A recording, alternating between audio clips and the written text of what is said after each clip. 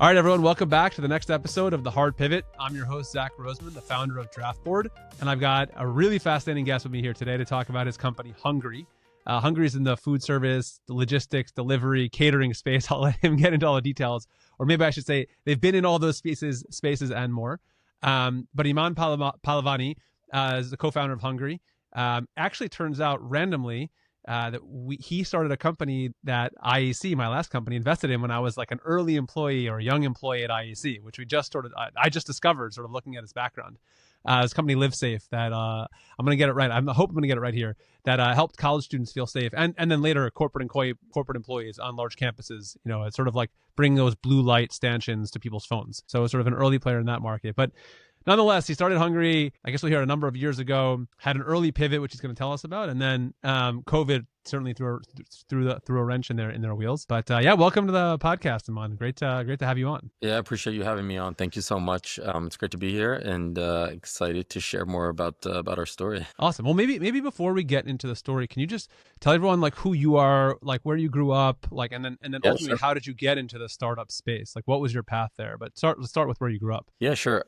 So I'm born and raised in Northern Virginia. I went to George Mason undergrad, and then after graduating, my parents wanted me to do the legal thing, go become a lawyer. So right, I saw that. And I was like, how did this lawyer get into the tech world for the last 10 plus years? There you go. I graduated. I actually went to law school in New Hampshire and in Boston.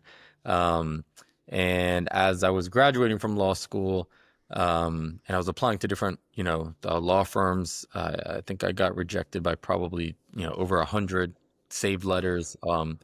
I teamed up with my brother, who had initially come up with the idea around what became our first startup, Live Safe, which is what IAC invested in.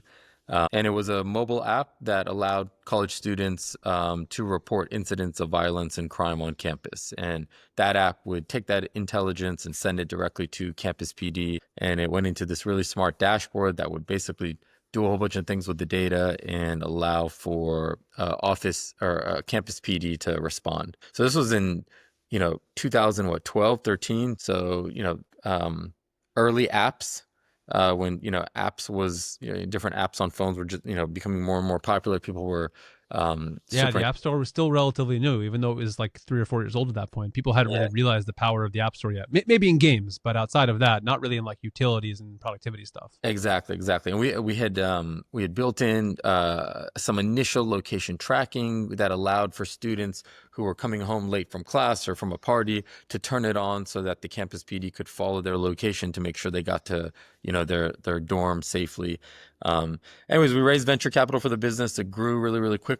And then it went into the private sector. Corporate America started using the technology for their employees that were traveling around the world. Then we started getting deals with stadiums and arenas for patrons to use while watching a game or a football game. And then a couple of years later, the company had a very successful exit. It was bought out by a huge security conglomerate, and the technology still lives today within their suite of offerings. And it was at that time that I was at Live Safe. We were eating lunch every single day. I was just going out, eating junk food, Panera and bread. You guys started the business in Virginia, or where did you start the business, or where were you based? Yeah, it's right out of Arlington, Virginia, in Roslyn. Yep. Okay. So you had moved back to Virginia after law school. Right. Yeah. Moved back to Virginia. We built Live Safe right out of Roslyn. That's where the HQ was.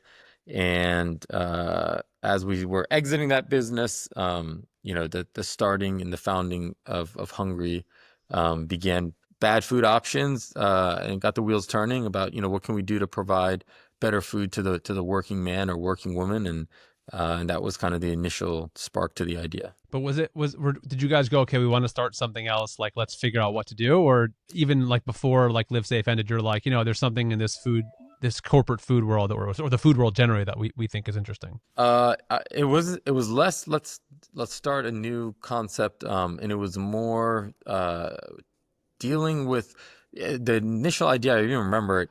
It came from what was the initial idea? Like what was the Was initial eating. vision? We ordered pizza, and me and a couple of the employees were just eating pizza, and was just thinking through like this sucks. Like every day you're just eating sort of crap food from the local delis or little shops, and there's only so many options, right?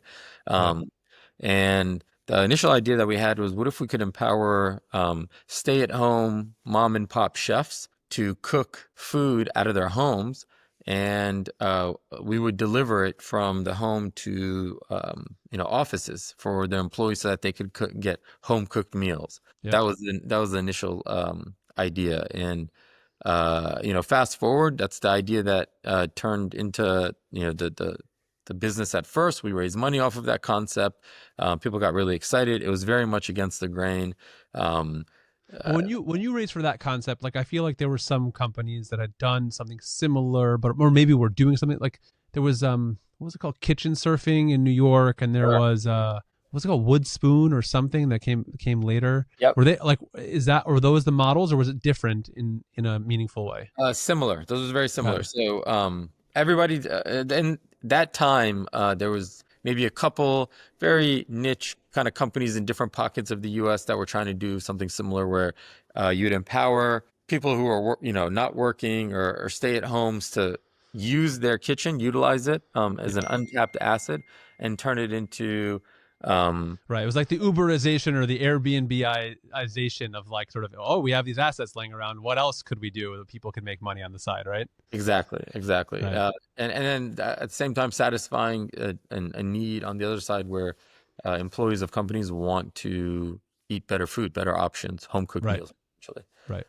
Did you ever like any regulatory or concerns about like, Yeah, was that totally. something you had to deal with when like No, home food? 100% illegal. Definitely against the grain. You have to have, a lot of it's a state by state. It's almost a county by county issue. Certain Wow. areas will allow for you to make a certain number of meals within your home, 10, 15, 20, and give it away to friends. Others Mm. will allow you to sell that low number to friends. So every county had some sort of different rule. It's very similar to early days of Uber, them trying to get into a space where people are using their cars for transport of other people. Yeah. Just kind of gray area. No one really thought about the idea, and now you kind of have to figure out what to do with it. Um, So you're coming off this exit from Live Safe, successful exit. You have this idea. When you raised money, was it just an idea at that point, or had you built anything yet? Like, no. We did the shoestring budget for a good year and a half. oh, Um, okay. just sort of self-funding it. Built a team around us. Um, Took some off-the-shelf technology for delivery and routing. Built out a driver network of like 300 people. And we started advertising, giving away meals, and just posting all over the internet, social media. And we started getting chefs to sign up. I think at one point we had over 1,000 mom and pop kind of sort of chefs wanting to cook from their homes to be on the platform.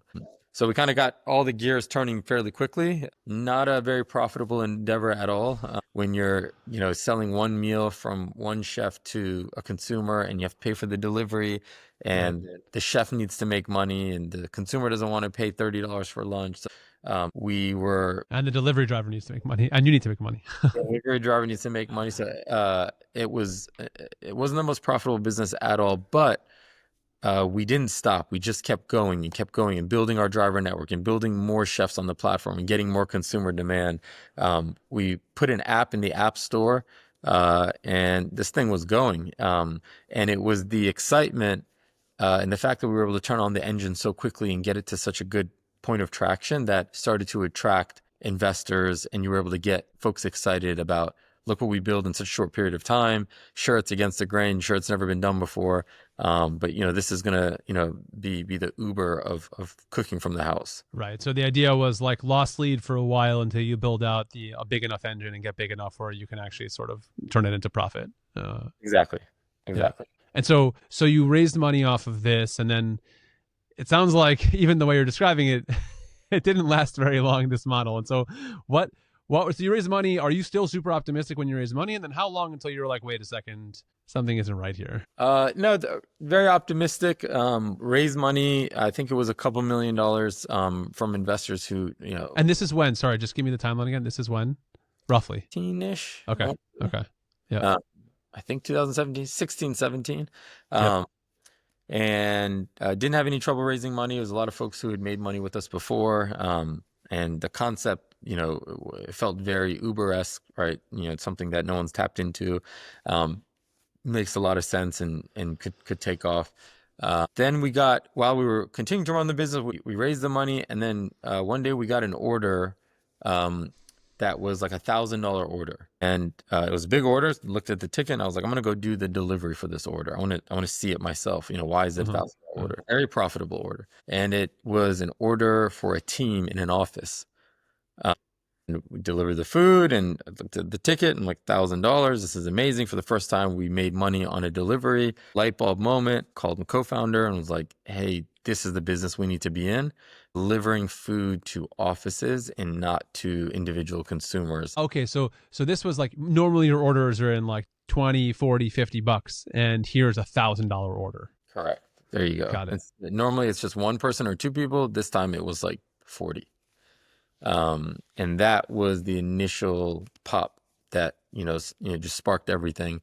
That meant that if we're going to go down the corporate catering path, we would have to change the chefs cooking from home to cooking out of a commercial kitchen, because a lot Wait, of the but, companies, but before you get there, like, yeah. did you talk to the customer then and say, hey, why did you choose to do this over Grubhub or whatever else existed at the time? Yeah, the person just said they had tried us before for an individual meal. They loved it. And so then they just decided to place a big order. Very simple sort of progression. We just had no clue. That's why we were so shocked when we saw $1,000 order come in. And to the person who made the order, like literally the chef for that order, they didn't have a problem like fulfilling $1,000 order from their kitchen? No, thankfully it was one of our very senior chefs on the platform who's got kind of an operation set up for scale and volume. We were sort of their side hustle, just a couple orders here and there, but their actual operation was set up for corporate catering. So they already had sort of the infrastructure for this. So, that's also, I guess, a part of it, right? You see, you have this $1,000 order that was both fulfilled by an equipped chef and by a company that wants to pay $1,000, and you're like, wait, marrying the two, there's something here. Correct. Yeah, both sides worked on both sides, and again, profitable. It was easier, right? You do one delivery and you feed 50 or 100 people versus doing 100 different deliveries. The chef loves it more because they get to cook in bulk versus individual meals, so it scales for them. And the company got really delicious food, so everybody was happy. Got it. So from the chef's perspective, it's like they could just spend less time. I mean, they can just knock a whole bunch of stuff out than sort of every meal having like an individual component and requiring that additional work. Exactly. Got it. Okay, so really, it was just that. So you call your co-founder, like you say, we have to change, or was there any like doubt about it? Did you like agonize, or was it kind of like, no, we know where we have to go? I was pretty passionate. I'm a pretty good salesperson, so I was very passionate about it. Called and I was like, this is it. The other business that we're in is never going to make money. We're going to have to compete with the Ubers of the world.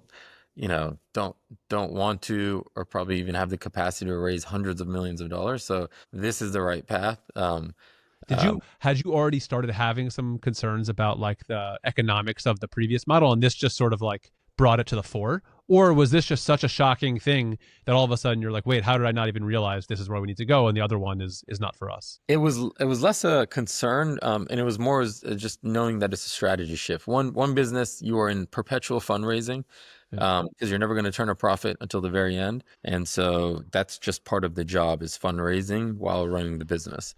And we had very much signed on to that and knew what we were in for.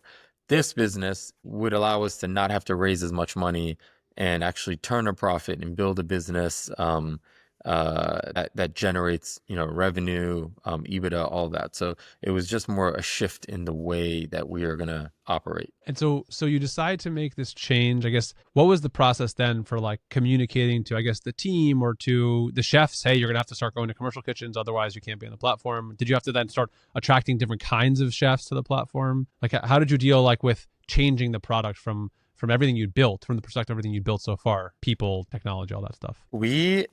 So when we initially did the what was the B2C business, right? The consumer-based business. Right. It was a lot of, we had an internal tech team.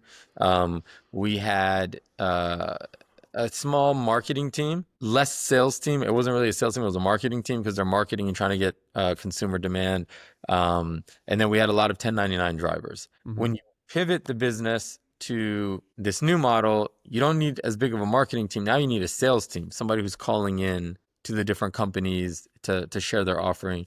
Um, and our tech team grew bigger because we had to switch up almost everything. It was like starting all over again. Like there was nothing you could use from the prior business. So So we scrapped. did you like pause on everything and say we're no longer accepting orders for the original business? Like how did you deal with that? Yeah, we just basically just shut it down and went into like rebuild mode. The idea was we didn't want to spend the precious dollars that we had raised on like a slow wind down. Right, because every order is costing you money, right? Yeah, we're in the red. Every order is costing us money, and we're not going to do that business, and we're not going to have success off that business, so it Right. doesn't make sense. Shut that down fairly quickly. Say most of the investors and the employees were pissed. So No, how did you tell me about that? How did you call your investors? Did you yeah. message them? Like and how did those conversations go? Talk to all the key investors, and then we had to send an email out to all the the smaller investors. But um, the call was it was similar to the way I sort of shared it with my co-founders, which is very passionate about, hey, this business needs to pivot, and here's why. This business is much better. The B2B is much better. It's profitable. It makes sense. Higher demand, easier for the chefs. Like everything works really, really well. Um, but as you're sharing it with them, the investors felt like it was losing a lot of like the sex appeal of the business. Like we were going to Mm. fight against Uber and being the Right. This B2C. is 2017. B2C building marketplace brands is like where everyone wants to be right now. Like they're seeing Yeah. dollar signs and yeah. Yeah, the Ubers, the Lyfts, I mean, all these companies. Postmates and DoorDash were just starting like really to scale, right? And so everyone's like, oh, we can be that next one, right? Yeah, and so exactly, and a lot of the investors, they like the edgy factor of the business running, being against the grain and doing something totally different. So I'm calling them and telling them, hey, we're going to go into the world of corporate catering, and everybody's like that doesn't sound great. Yeah. So took everybody a minute to just kind of get through that, reflecting. But the promise was this will be much more successful. Everybody will make much more money, and the employees will have jobs in 6 months versus everybody runs out of money and we all have to go, find a new gig. So everyone got over it fairly quickly. Okay. And was the model still a marketplace where like a company could come on and choose from, some menus, or how did a company, what was the product like? So the initial B2B. No, yeah, the initial B2B, exactly, yeah. So I guess what I'm trying to understand in my head is you come to them, like when I hear you say, oh, we switched from B2C to B2B, like in theory, it doesn't sound like it's such a huge change. Obviously, like logistically, it's a huge change. But from the perspective of people are still ordering food from us, we're delivering it, we're just having larger orders. Maybe I'm being naive here. Or like, yeah, like so for the B2C, it was an app. For yeah, B2B, there's no app. We scrapped the app because yeah, businesses don't use apps to place orders. The office yeah, secretary is not downloading an app. She's right, going on a website and looking on her screen and like going through. So just the core infrastructure right, had to change, right? yeah. So we had to like change the vehicle by which we were moving forward in, and that By the way, meant it's funny you say that because like I think a lot of people don't understand that, or maybe nowadays more so than a few years ago. But a few years ago, even like B2B companies were like, we need an app. And me being in the app world for like 7 years, I was like, you don't need an app. Like apps are annoying. They're really frustrating to maintain. Apple review or Google review. It's like really annoying. And people are apps. just like, no, we just need it just for the sake of like marketing. And I was like, you're gonna regret that decision. If you have a desktop focused product, build a desktop focused product. Yeah, I'm 100%. I believe the same thing. I mean, if you just like think about it as a consumer, when's the last time you downloaded a new app? Like it's Right. not often anymore. Yeah. You don't do it that much. Everyone has their like go-to apps, but you're not on there like downloading. Um, Yeah. so yeah, web-based products are the best. So we pivoted to that. We had And to. wait, but go back to your team. So your team, they also were like upset, or like how did they, what did they feel? Did they feel the same thing, or do they just not believe in the new concept? You said they were like not so happy. Yeah, we had a couple developers that were only app-based. So like y- like they didn't make it, right? Because their skill set didn't translate into the new B2B world that we were in. Got it. Um, so just the whole mentality of everyone had to shift from, again, everybody would come to work. By the way, they were getting paid almost nothing, right? Shoestring budget, like everyone's kind of working there because they feel a sense of like we're gonna change the world and the way people eat food and Right. empower all these chefs. Then I'm telling them, hey man, we're going into corporate catering. We're gonna feed corporate America, and it's less sexy, but there's like more money at the end of the tunnel. And everyone was like, what? Yeah. This sucks. Right. To go from like empowering local chefs to like the corporate of the corporate. It's kind of We're like like yeah. feeding the monster, basically. Shitty conversation I have with both investors and employees. Some left. Some were like, I'm good. I'll go do something else." Yeah. Uh, Others stayed, and then we had to start to hire the right people for this business. Right. The right engineers, the right salespeople. We minimized the marketing team because there was less of a need to do marketing, because this is just, let me call Microsoft and Google and Amazon and tell them about what we have, and they can go online and place an order, and then all of a sudden you have a $4 million account, like just like that. Right. Um, Right. Did your like past selling into larger organizations at LiveSafe help here in any way? Like, did you think maybe there was some pattern recognition? Like, oh, you got that first $1,000 order, you knew it wasn't a fluke because you'd seen the way these things go in the past. yeah, I'd say I am very, very, like personally, very good at building up a B2B business and understanding like what's around the corner, how the growth trajectory normally, scales up. No clue what I'm doing in B2C. And so the moment we saw this order, everything was like, this makes way more sense. Like we could do this so much faster, easier, less money. And until that order, it sounds like you hadn't actually tried to capture the corporate catering market. Like, Not at all. was it a thought you hadn't discarded, or you were like, you didn't even realize how big the opportunity was? Didn't realize that there was an opportunity there. I mean, Right. every company that I have ever worked at, we've never had food in the office. It was just a concept that didn't exist in my head.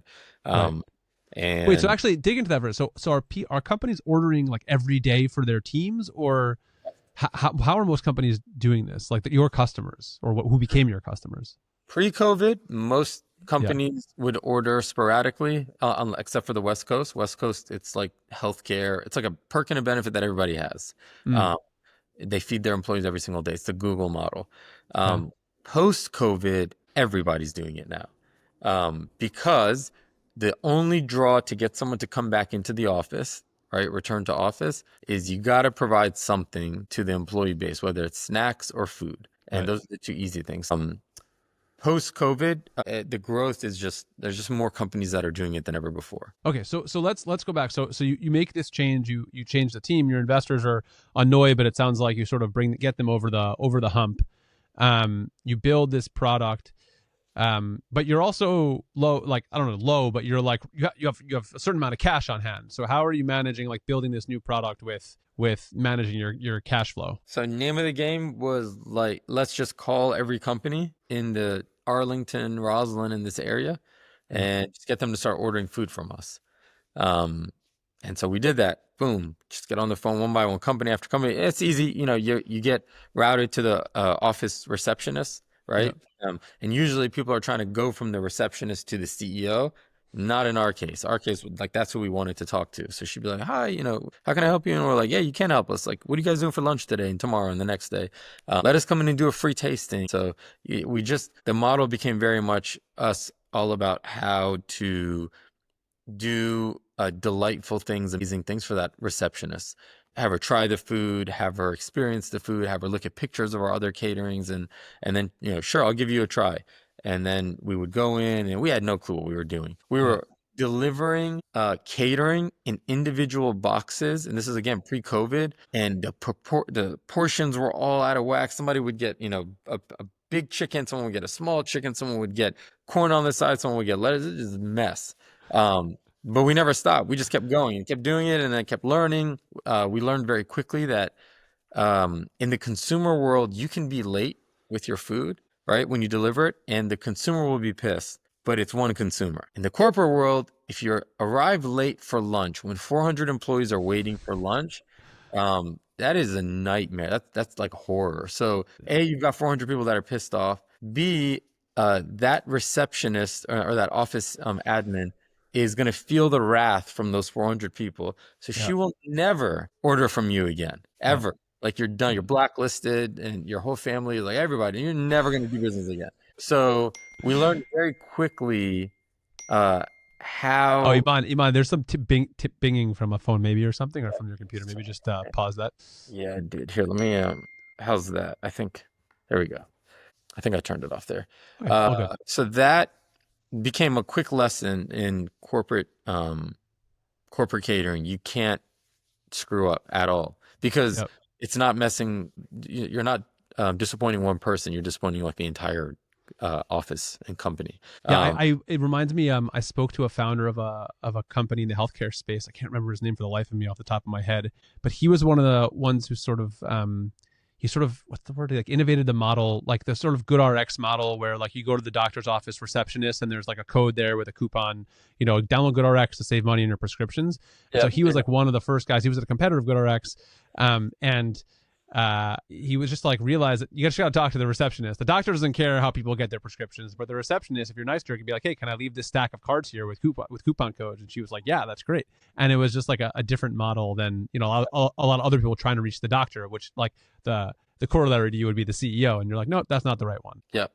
That was also what made the business fly like just so quickly. It's easy to get to the office admin and office reception. You could walk into the corporate building and the person sitting at the desk, right? It's super easy. Their job is to facilitate people coming in and like who they're gonna go talk. Who are you displacing from her? Like, what was she or he or she doing? Who were they ordering from before? Panera Bread. Yeah, literally. Okay, so like literally like the corporate of the corporate, like yeah, right, just right. It wasn't hard to displace them, right? Because I'm going in there and offering Italian food from an Italian chef. I'm offering, Mexican food from a Mexican chef. Like it's very authentic cuisine because the chefs like are experts in that specific cuisine. Right. So the pitch was easy. The sales, aspect of it was fairly easy. The getting into the office is easy. So everything just started rolling quickly, and we were clipping sales really quick. And the delivery network logistics ended up like not being such an issue. So we used initially our first same thing as before, like our drivers that did the consumer-based deliveries. That didn't translate well because you can't show up in flip-flops to corporate America and like delivering food, right? Right. And they probably expect you to set it up, right? Like to like be there, right? So don't just drop it off downstairs or put it in the elevator, none of that. So the learnings, man, the learning was crazy. We went through all of it. Every dumb mistake you can think of. And so, but we were very, very good about the feedback loop. Every day, analyze what happened, fix it, nix it, change it, go back in the next day, go back in the next day, go back in the next day. And so what ended up happening is we ended up getting folks who are more hospitality oriented, train them on hospitality. Yes, sir. Yes, ma'am. How to set up a catering, how to clean up a catering. Driving was the byproduct. That was the thing that wasn't important. It was, can you serve food at scale? Right. It's people have said, I've heard people talk about before, like the person manning the cash register is like the customer experience. Those people, if they create a bad customer experience, even though to you it's just like, oh, they're just manning the cash register, then you've lost that customer forever. And so these are the people that are like the representatives of your brand. They're the ones in the offices, and if they do something to piss off your clients, well, then you've just lost a client. Exactly. Yep. And that is why we had to basically change in our entire driver base as well. So like, as you can see, but all in-house, like you still built it in-house. Like did you go to a third party and were you able to leverage them? All in-house. Needed full control. Control was the element that no competitor in the corporate catering space was control. Yeah. Most of them will allow your company to connect with a restaurant, and they'll make the connection and then expect the restaurant to deliver the food. Well, yeah, it was the like seamless Grubhub model, right? Before they were right. So when I was at IEC, we took a hard look at like an acquisition of Seamless and Grubhub at a certain point, And at the time, the leadership there was like, we don't need to get into delivery. Like the restaurants do that themselves. Like it's a loser's game to be in delivery. And then, DoorDash and Uber proved that was wrong. If you had enough liquidity in the marketplace, delivery was actually very profitable. Delivery is really profitable, and more importantly, like you need the control. Right. You can't be late, right? So if the restaurant doesn't care if he's that's not where they make most of their money. They make most of their money by people coming into the restaurant. So a catering is a side product that they sell, and if they are late, then so be it.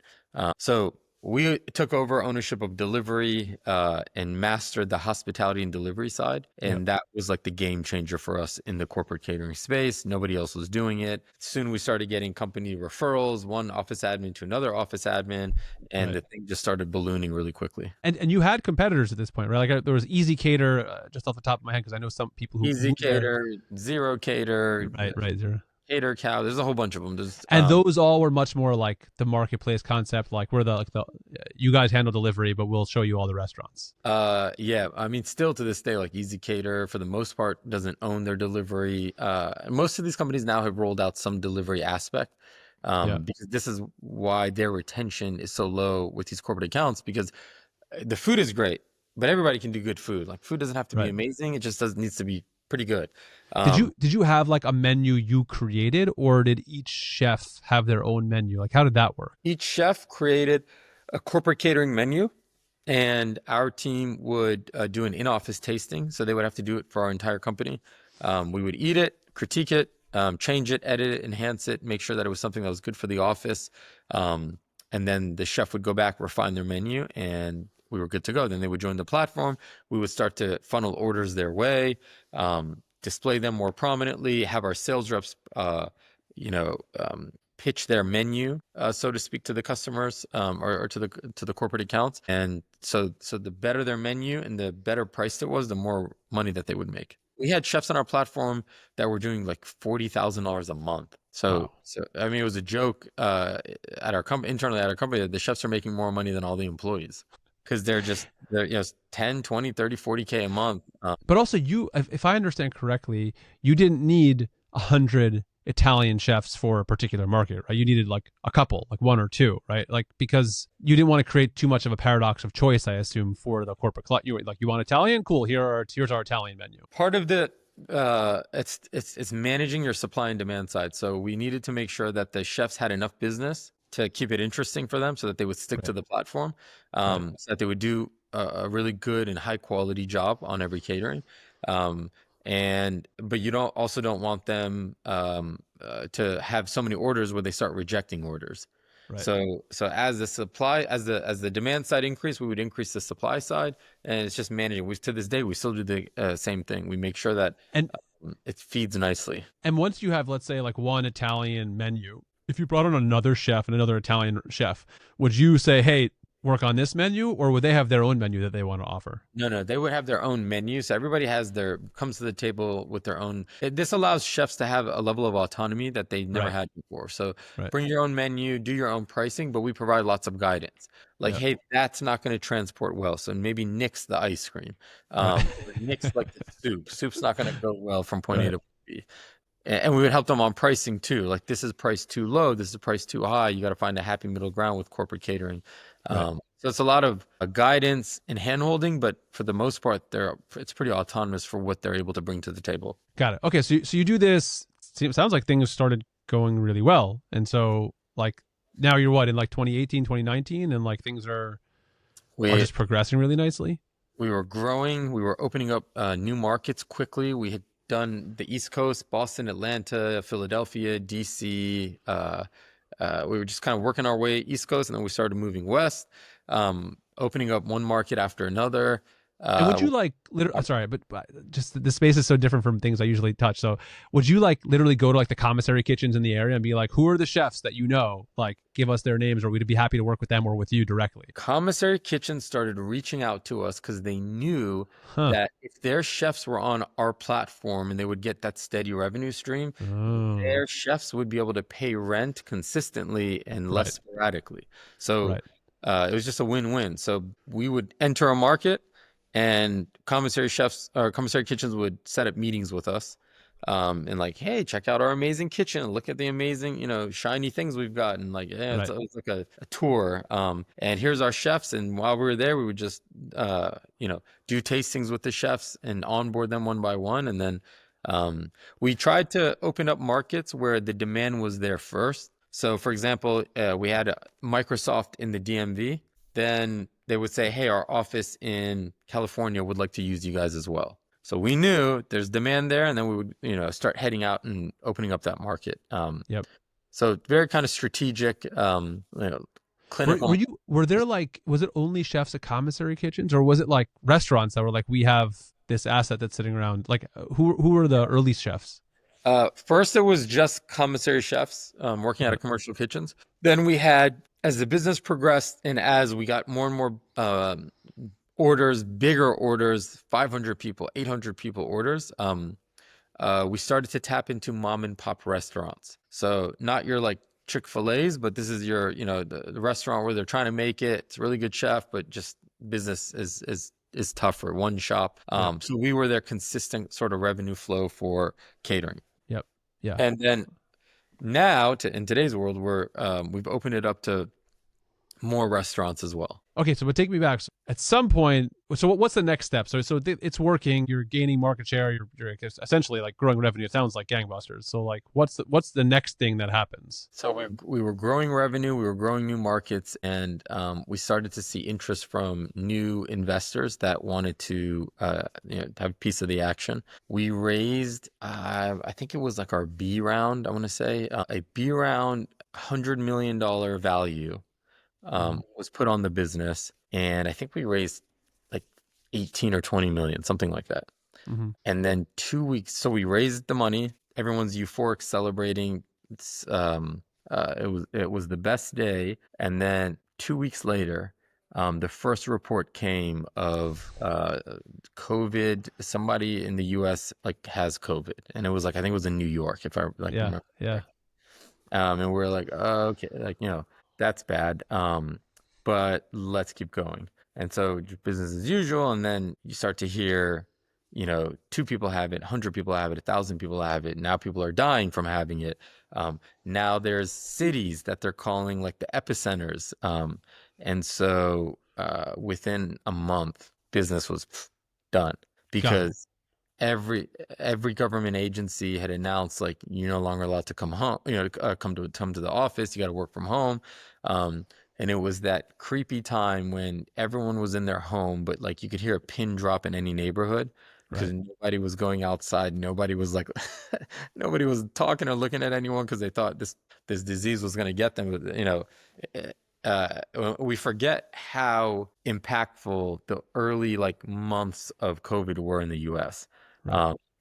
And our business went to zero like so fast, and we just raised all this money, and all these investors like, hey, we just gave you $20 million, like what's gonna happen? Like, the two worst businesses to be in during COVID, it was like the cruise lines and corporate catering. It's like nothing worse than that. It was like absolute garbage businesses to be in. So me and my two other co-founders, I was in denial. So I was going to the office every day, and there was nobody in the office. There's nobody in the roads. What would take me 45 minutes to get to the office was taking me like 20. It was just zipping through. And in the office, me and the other co-founders, we just started whiteboarding, like, here's some different things that we could do. We got a call from the Washington Nationals, the baseball team, and they were like, hey, we want to provide the popcorn and hot dog and drink experience to people while they're at home because they can't come to the stadium. And we were like, okay, that is interesting. So we partnered up with them, and then we started delivering basically crappy food, like hot dogs and like all your stadium food, like delivering it. I mean, it was like Cracker Jacks and like fun things as well. Right. It sounds kitschy, but I remember that at that time, everyone was doing kitschy things. Like a friend of mine was like, he did like a birthday party on Zoom, like go to the alcohol store and buy these 5 things and we'll have like a drinks making thing on Zoom. Like if everything was kitschy. Everything was, and now when you look back, it's super lame. Then it was like, yo, this is genius. Like, wow, we're gonna make it.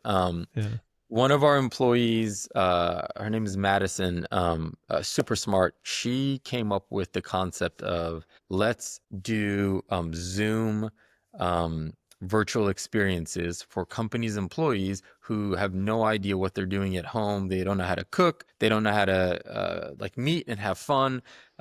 So we launched our virtual experiences division. First, she Nice. started doing it secretly. She didn't even tell anybody. She just Yeah. was giving our chefs gigs, Well, she had and nothing else to do, right? So I guess it's nothing else great to for her do. to. Yeah. And she was worried that, maybe like this wouldn't seem like such a great idea. So she just started doing it, and we're looking and we're seeing like, hey, there's a couple $1,000s of revenue coming out of DC's team. Like, what are they Right. doing? Right. And she's basically getting our companies to sign up for these virtual experiences, and it was, we would charge like $1,000 for an hour. You're not making any money like this.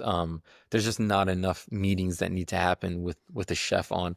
Um, so we said this is a great idea. What if we were to send kits of the ingredients and the products to all of the employee base Right. of Microsoft? It's like the corporate version of Blue Apron, right? Like for like virtual events. No, it's exactly that. It's Right. exactly that. Except Right. these experiences would be it was fun. It was like music. Think No, I remember doing these things like murder mysteries on Zoom. Like I remember this stuff. it was like Peloton, like the cyclists are they're like all cracked out, like yelling and screaming, hey, yeah, go, go, go. It was like that, but with a chef and with 100 Microsoft employees like trying to make pasta. Right. Um, That's awesome. that business took off like a rocket. And in its Wow. first year, it did $2.5 million in revenue. And then in its second year of COVID, did over $8 million in revenue. Wow. It just That's wild. because every one of these companies Wait, was so how long into COVID did you guys start? Did Madison do this first experiment? Like, a because couple months in. It was really fast. wow, and so within the wow, that's crazy. And I don't know if you're able to share, but like, how did those numbers compare to your previous business, like the corporate catering business? Like, Uh, did that put you back on track, or was that still like way below where you were before? it didn't put us back on track, but it definitely turned the tide of like, oh shit, we don't have anything coming in. Totally To go into a new business and do 2 million plus 8 million the next year, like that wild. business on its own is a tremendously valuable business just because of the sheer growth that it had. Yeah, Um, and it and it kept you relevant with your customers, right? Yeah, Like yeah. so that We were the virtual experience company because we had all the contacts for all the big companies in the US because we had fed them right. before. So it was a quick flip. Um, one other, so it was that business that took off plus the city of New York called us to deliver. They saw we had a big delivery fleet from corporate catering. So they called us to deliver meals to people who used to pick up their meals at the YMCA who Hmm. couldn't afford meals. So today, during COVID, you can't go to the YMCA, right? So they had to figure out a way to get 1 million meals out to people in very short order. And they're not set up for any of that stuff. So they hired Uber, DoorDash, and Hungry, and Wow. the yellow cab system that New York has, right? Yeah. So they quickly cut off DoorDash and Uber just because they were like, it's too hard. There's no control. There's no consistency. Meals are getting misplaced, and they're not going to the right places. So it was Hungry and the cab drivers that became we went up to New York City. This is when New York City was the epicenter of the Yeah. like it was like the world headquarters of COVID. If you remember, Yeah. I was on big US Yeah. I maps on lived there. I was there. Yeah, I remember it. yeah, and like nobody was going outside. Yeah. And no one was definitely going into the city. So I'm like driving up to New York City, getting there in like half the time it normally would. They gave us the city gave us Pier 53 or 43 as like our operational headquarters. And they were like, this Yeah. is yours for the next 6 months, Wow. just figure out how to feed a lot of people. So we hired close to 1,000 drivers. So it was like a hiring frenzy, right? You got to hire them. Everyone's got gloves and masks. You got to interview people, talk to people, train them, then get the food. So there's locations where we had to go pick up the food. Some of them was at the pier. Others were at different locations. Then the routes were crazy. I mean, you got to go into these apartment buildings, into floor like 20, 30, up, down, through the halls. That was the craziest thing that we have done, that I've ever done, even in startups, period. And we pulled it off. We were Yeah. generating from that over $1 million in revenue a month. Wow. Um, so that That's wild. plus the virtual together equaled like this shit. These hungry founders have figured out another way to keep the lights on and like start growing again. Um, That's incredible. Both of those things are incredible. Like if you had done just one of them, that would have been incredible. I can't stop saying the word, but it's just the we fact were that you so guys did both opportunistic. of them. We were so opportunistic. We had a good mindset of like just try anything. You just throw it Right. at the wall, see if it sticks. If it doesn't, sweet, pivot and go again. Right. Try something else. And so we those business lines, the logistics one that we were doing for New York is still a part of Hungry's business today. Wow. Um, it's called our last mile. It's our last mile division, and Yeah. then the virtual business. Funny enough, we actually so our core catering and everything came back and like grew so quickly that the virtual business kept on growing, but it started to become like so separate because it's so different. Like it has nothing to do with Yeah. Yeah. corporate Totally. catering. So the lady who founded it, Madison, we gave her that business since she started it and said, go keep running that business and run it as Nice. your own separate business today. And so today she runs it as her own separate business and doing phenomenal. It's still growing, super successful, and I we're love super that. happy for her. I love that. And but there was this big shift when COVID happened. Like I assume you had to like do some sort of layoffs of like the salespeople who were selling into corporate catering. But then that business came back, and I assume that's where you went back to after the COVID craziness. So we my co-founder Jeff was a very strong believer that COVID will go away Mm-hmm.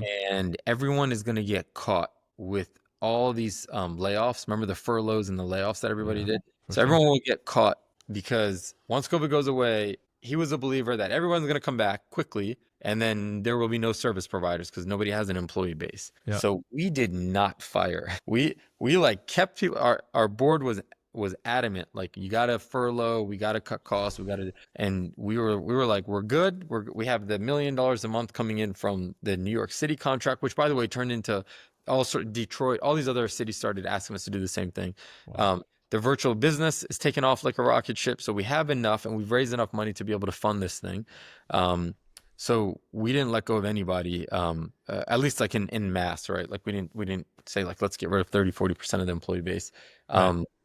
And then I think it was like the second year of COVID, we did the really crazy thing, which in retrospect, I'm like, it's insanity actually what we did. We started hiring people in markets that we wanted to open so that when everything goes away, we would be the only ones with the like the foundation there ready to go. Yeah. Super opportunistic, right? Just like it's like a lion like waiting, right? Yeah. Yeah. Ready to And spring. Ready to spring as yeah, soon as the opportunity presents itself. Yeah. um, and so we invested like not we didn't not only did we not save, we started spending money to hire people to hold on to them, um, and train them. And so the return to office didn't happen as fast as we initially had anticipated. So we probably over-engineered on the like hire and maintain. Um, but over the past year, the return to office has been happening so nicely. You know, people are coming back in 2-3 days a week. That some of these decisions that we made early on have been super helpful, just because now we have people, we have infrastructure, and everything kind of set up. Wow. And so now sort of is like the closing the loop that you're back on the corporate catering train. And then if it is, how is it different, do you think, today post COVID? How did that, if in any way, change how you were going to build that business in retrospect versus the way you think you would have built it if there hadn't been a COVID, circa 2019? I mean, if there hadn't been a COVID, I do think COVID definitely hampered, the growth of the business. We would be much further along just because we were on a crazy, acceleration. Everybody was going to the office every day of the week. Right. There was no work from home concept, right? Right. COVID changed all of that. It took us a good amount of time to kind of get going again as return to office slowly started to trickle in. I'd say this over the past year to now this year as well, we're now fully like back on track, growing again. We're actually in the middle of acquiring 2 companies right now. Oh, Um, awesome. we finished an acquisition. We bought another big company 4 months ago, snacks at Congrats. the office. So we're back on the like growth and takeover, but it was definitely a gut punch. Well, look, I know you got to run, so that's a fascinating story. Anything you want to tell people about Hungry, or where they can find either Hungry online or in person, or about you yourself if you're active on social or anything like that? Yeah, for those who are listening, give us a try. The website is actually tryhungry.com. And do breakfast, lunch, snacks to the office, serving the entire country right now, over 1,000 corporate accounts. So, and over 1,000 independent chefs who would love to feed, folks that are working in offices. So, and I appreciate you giving me the time to do this, and it was great to connect. Awesome. Thanks so much, Eman. Thanks everyone for listening to this next episode of The Hard Pivot, and more coming soon.